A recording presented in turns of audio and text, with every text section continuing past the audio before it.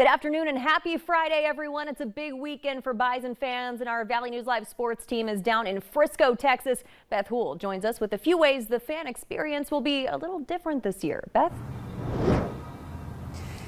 Hey, Stacey. Yeah, it's an exciting time, as it always is, to be in Frisco, Texas, especially when we start to get into this moment where we are just hours away from kickoff as North Dakota State prepares to win. Prepares for the opportunity to win. It's not, see, I'm already doing it. They're already winning in my book. That 9th national championship at the FCS level. They're taking on Montana State, who of course would have a very different reaction to my slip up there to open things up. Things are going to be a little bit different though for Bison fans. They've been here, they know the routine. Frisco, Texas certainly knows North Dakota State football fans, but there's a few things once they get inside the stadium that are going to be maybe just a little bit different. Expecting things to be as contactless as possible, as we are of course in this COVID-19 era that we have been living in for so long. For a lot of people, a lot of this won't be a big adjustment in any way. Some of those things you would naturally expect. For instance, trying to limit those contacts as you come into the stadium. So women having to carry a clear bag or something, well, no bigger than this. I went to Target today to purchase this myself for that small package, about 5 by 8, the limit on those clutches for the women. Otherwise, of course, it has to be see-through. Beyond that, they're also going contactless at the concession stands. They are also, I just found out, also providing more beer stands to hopefully limit the interaction between fan bases and to keep people as distant as possible and really limited to their sections so that they have more opportunities to make those purchases where necessary as the game gets going. I told you, Frisco is well aware of North Dakota State football fans. Beyond that, guys, they're also hoping to be able to keep fans off the field this year. They're going to be making those announcements. They did it this spring for the Sam Houston South Dakota State game. It seemed to have some effect, but of course that wasn't Bison football fans they were trying to keep off the field. They really just want to limit as much contact as possible.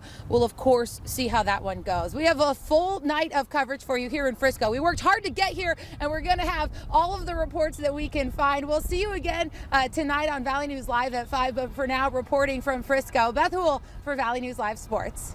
Yeah, you finally made it. I like where you were going with that. They're preparing to win. I mean, they are. All right, thanks, Beth.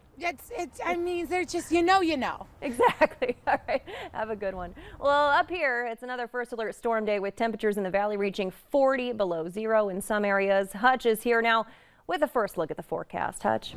Stacey, thanks so much. I do believe Beth Houle was wearing gloves in Frisco, Texas. Our cold air mass here has headed all the way down south and is making its way into the Dallas-Fort Worth area. Look at the winds ripping through our Devil's Lake area right now, our home of economy view, showing that we have snow and a lot of wind out there, causing some tricky travel tonight as we do have some snow making its way in. Let's take a look at that latest on the radar. First and foremost, that snow is extending from not far from Minot and Rugby through the Devil's Lake Basin into the Sisseton Hills right now on its way to the east, and it's moving pretty quickly, about 45 miles per hour. So let Hutch do a little math for you. First and foremost, where we see the dark blues, that's the heavier batch of snow that's really going to briefly limit visibilities and put a little layer of slipperiness down on the area roads.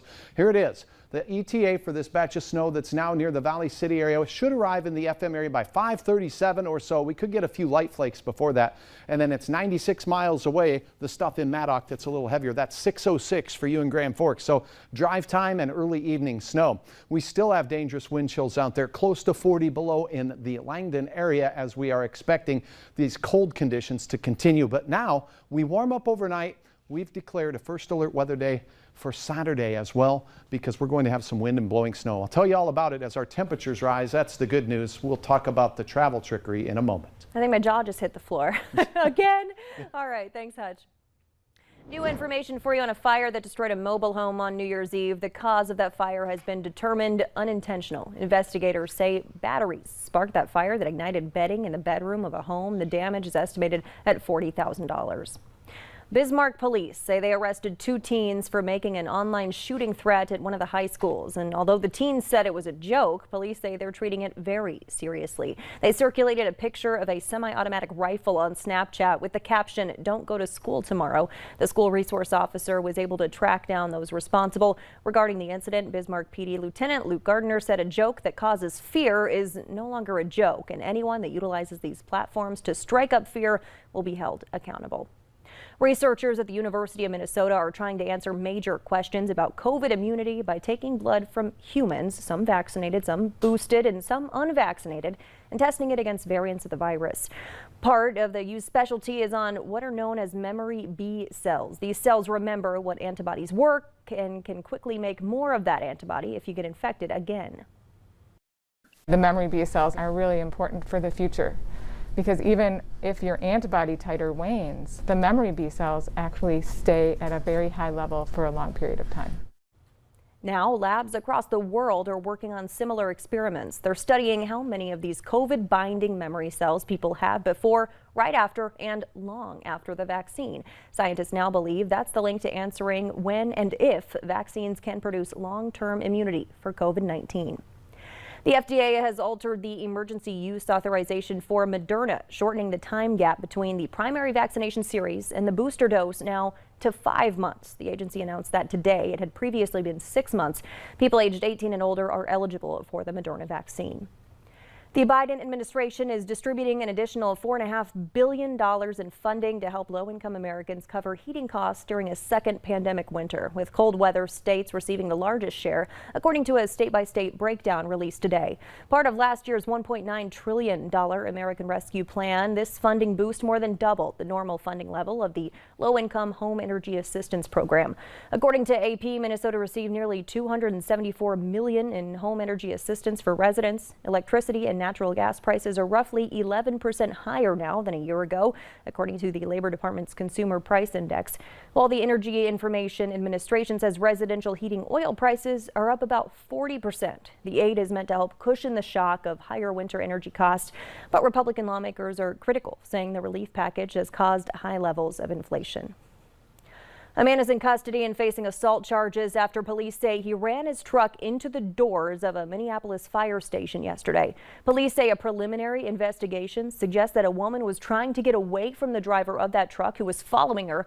She ran up to the fire station to get help. When firefighters pulled the woman inside to protect her, police say the suspect drove into the station, crashing into one of the bifold doors. A firefighter used a sharp tool to puncture one of the truck's tires so the man could not escape, while others jumped in to detain him until police arrived. The driver was then arrested for second-degree assault. Neither the woman or any firefighters were hurt. New for you here at 4, the 3 men convicted of the murder of Ahmaud Arbery were sentenced to life in prison today. Travis McMichael and his father Gregory McMichael were sentenced to life without the possibility of parole. Their neighbor, William Roddy Bryan, will have to serve 30 years of his life sentence before he's eligible for parole. All 3 men, all of whom were white, were convicted in November for killing Arbery, a 25-year-old black man. Summit Brewing has closed its St. Paul Beer Hall to the public due to the challenges of the pandemic, but they still continue producing their Minnesota-made beer, which fuels the vast majority of revenue. Summit says they'll reevaluate the move in 2 weeks based on hospitalizations and case data. Their biggest concern, other than the health of their employees and customers, is making sure their production can stay up and running in the meantime.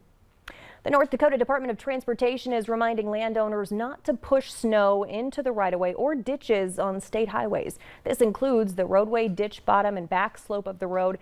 State law prohibits a person from obstructing any public highway or right-of-way. Keeping the ditches and right-of-way clear reduces the risk of snow drifting on state highways, creating better visibility for motorists and providing room for future snowfall. Fargo police officer Michael Bloom is in the running for the SRO Photo of the Month. The contest is through the National Association of School Resource Officers. You may recognize Officer Bloom as the police officer who raps. He's created several videos with a local rap group to get important messages across, from anti-bullying and mental health awareness to suicide prevention. Bloom currently serves as a community trust officer with the Fargo Police Department. Bloom is one of 3 officers you can vote for in the contest this month.